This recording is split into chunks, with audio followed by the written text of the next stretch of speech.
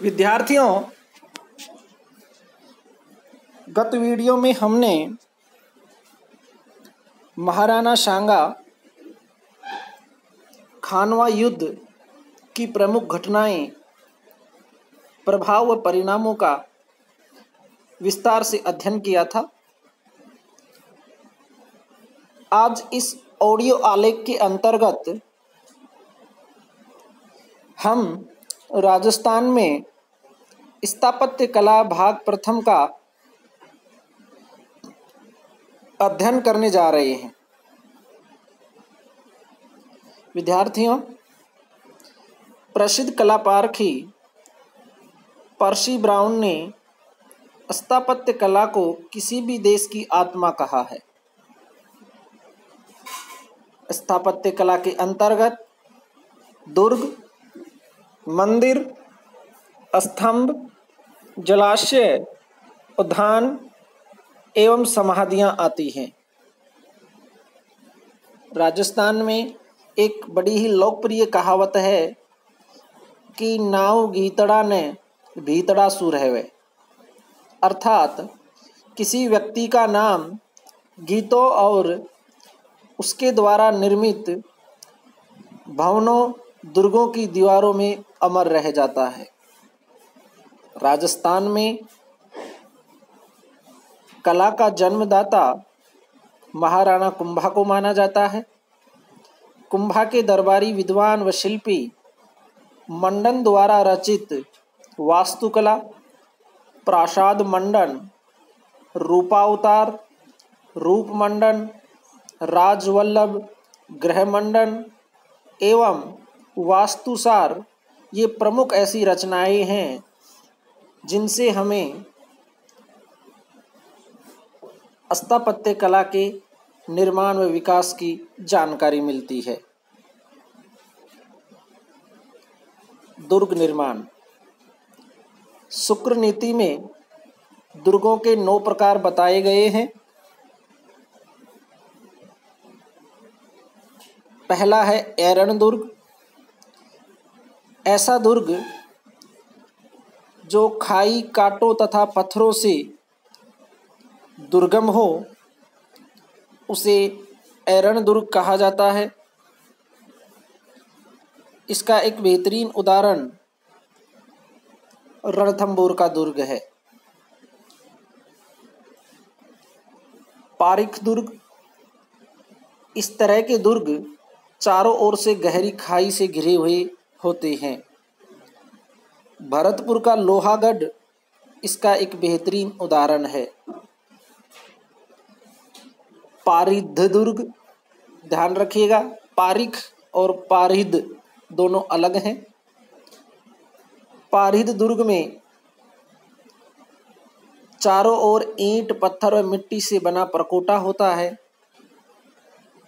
इसका भी एक बेहतरीन उदाहरण लोहागढ़ ही है। अतः पारिख और पारिध दुर्गों का उदाहरण भरतपुर का लोहागढ़ को माना जाता है।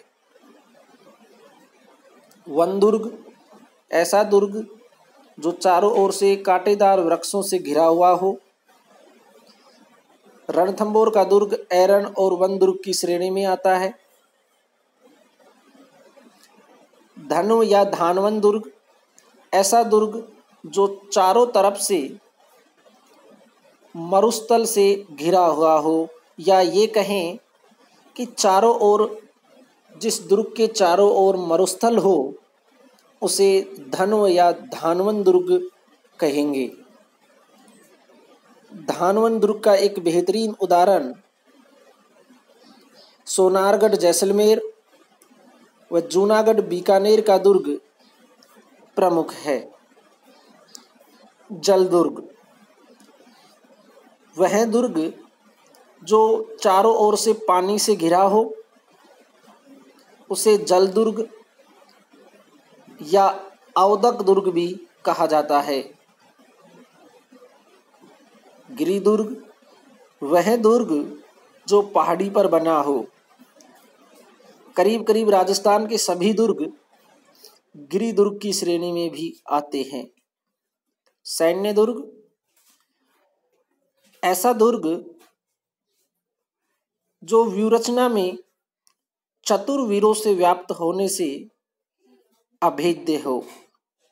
सहाय दुर्ग जिसमें सदैव अनुकूल रहने वाले बांधव रहते हों।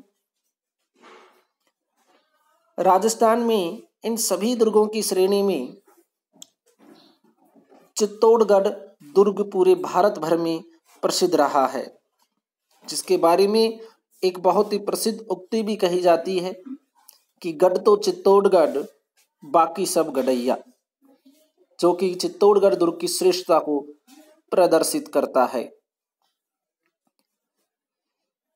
श्यामल दास नामक महान इतिहासकार के ग्रंथ वीर विनोद के अनुसार मेवाड़ रियासत में 84 किले हैं, जिनमें से 32 किले महाराणा कुंभा ने बनवाए थे। किलों का निर्माण कई कारणों से किया जाता था। दृष्टांत के तौर पर प्रजा की रक्षार्थ, विभिन्न सामग्री संचय के लिए, संपत्ति संग्रह के लिए, पशुधन को बाढ़ व प्राकृतिक प्रकोपों से बचाने के लिए, इन सभी कारणों को ध्यान में रखते हुए विभिन्न दुर्गों का निर्माण करवाया जाता था। विद्यार्थियों, यह अध्याय MA उत्तरार्ध इतिहास तथा BA पाठ द्वितीय के द्वितीय पेपर, साथ ही में RPSC व अधीनस्थ संस्थाओं द्वारा आयोजित विभिन्न प्रतियोगिताओं की दृष्टि से अति उपयोगी है। नेक्स्ट ऑडियो आलेख में हम राजस्थान के महत्वपूर्ण दुर्ग चित्तौड़गढ़ दुर्ग का विस्तार से अध्ययन करेंगे। धन्यवाद।